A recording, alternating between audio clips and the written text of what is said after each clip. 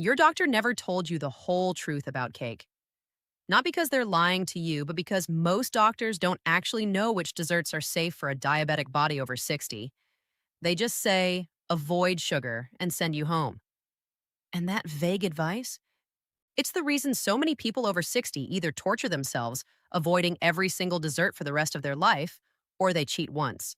Their blood sugar spikes to 250, and they panic and think they've ruined everything. Neither of those has to be your story. Because here's what almost nobody tells you: it's not about avoiding cake. It's about understanding exactly which 5 types of cake work with an aging, insulin resistant body instead of against it.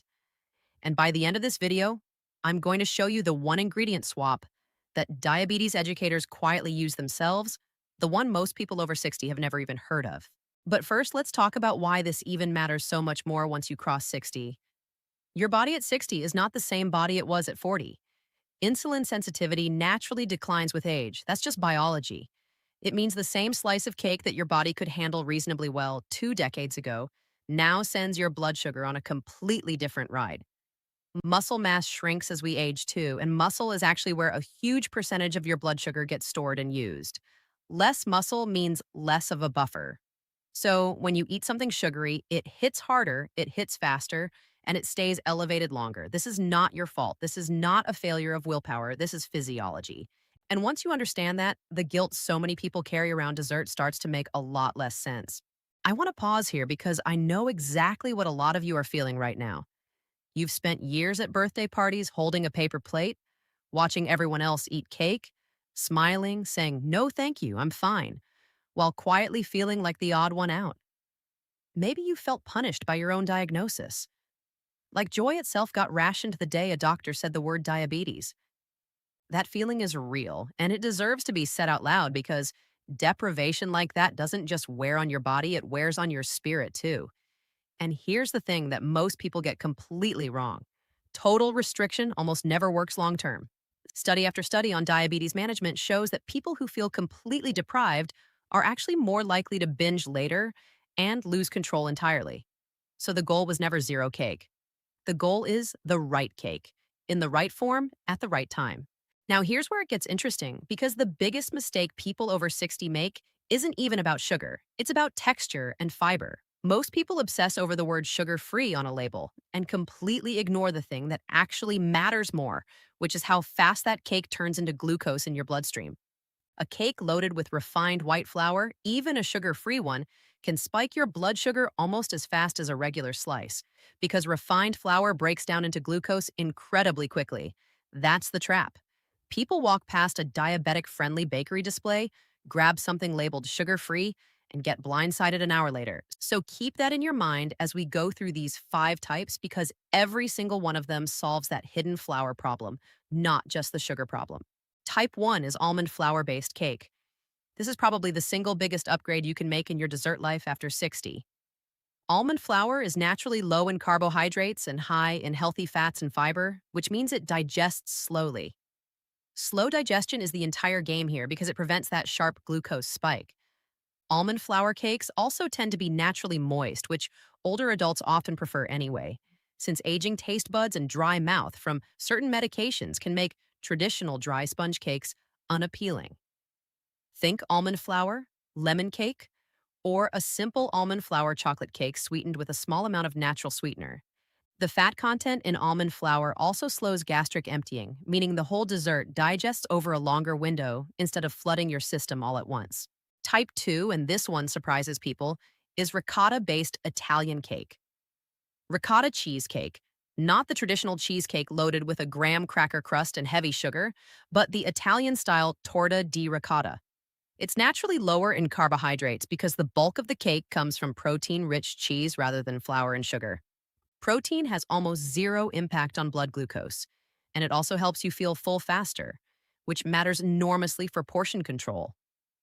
A lot of diabetes educators will quietly tell you that a modest slice of a good ricotta cake causes a smaller blood sugar response than a supposedly healthy fruit smoothie. That fact alone should change how you think about dessert. Type 3 is flourless chocolate cake made with dark chocolate. Now stay with me here because I know chocolate cake sounds like the last thing a diabetic over 60 should eat. But real dark chocolate, 70% cocoa or higher, is genuinely different from milk chocolate. It's lower in sugar, higher in fiber, and contains flavonols that some research suggests may actually support healthy blood vessel function, which matters a lot for people managing diabetes, since cardiovascular health and blood sugar management are deeply connected. A flourless chocolate cake made with eggs, butter, and dark chocolate with just a touch of natural sweetener has almost no refined flour to spike glucose. The density of it also means a smaller slice satisfies you completely, so you're naturally eating a smaller portion without even trying. Type 4 is Greek yogurt cake.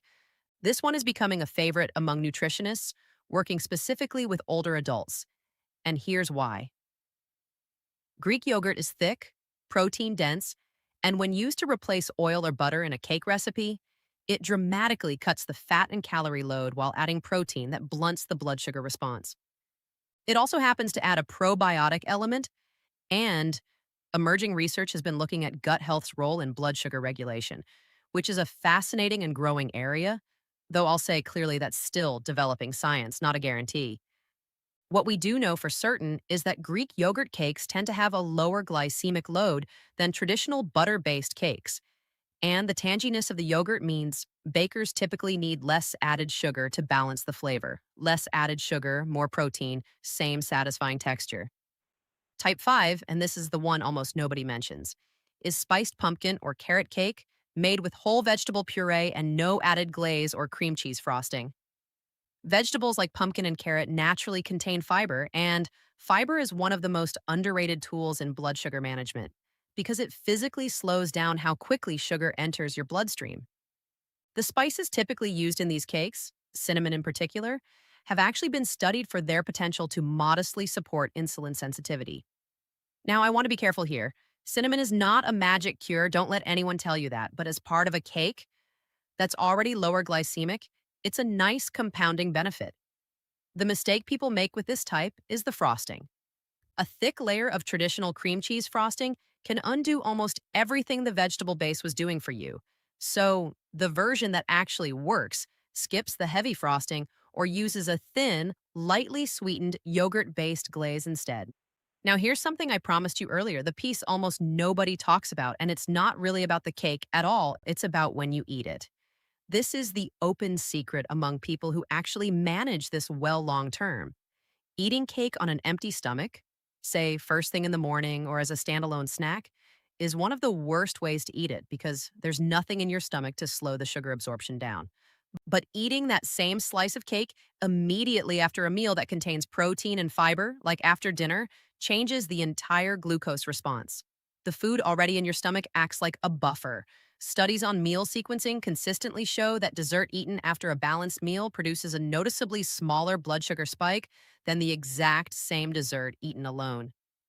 This single timing shift, eating cake as the final bite of a meal rather than a solo snack, is honestly more powerful than half the ingredient swaps people obsess over. And that connects to the other quiet rule that diabetes educators live by, which is portion, not perfection.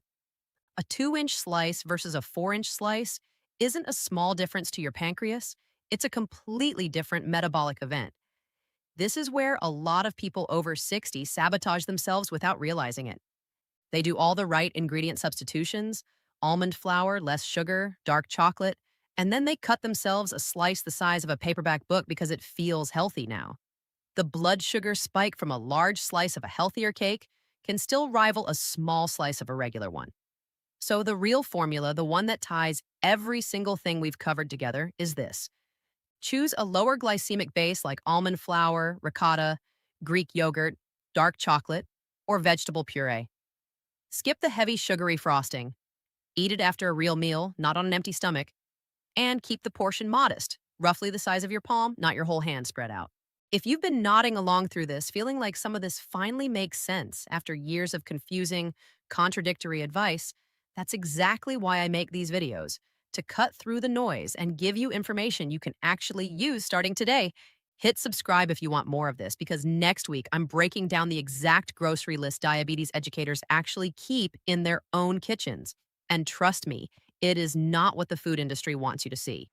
One last thing before you go, and this might be the most important sentence in this entire video. None of this replaces a conversation with your doctor or a registered dietitian. especially if you're on insulin or other blood sugar medications, because your personal numbers and your personal history matter more than any general rule I can give you in a 10-minute video. But now, armed with this, you don't have to walk into your next birthday party, your next holiday, your next Sunday dinner, feeling like dessert is the enemy. You get to walk in knowing exactly which slice to choose, exactly when to eat it, and exactly how much is enough. That's not restriction, that's freedom, built on knowledge instead of fear.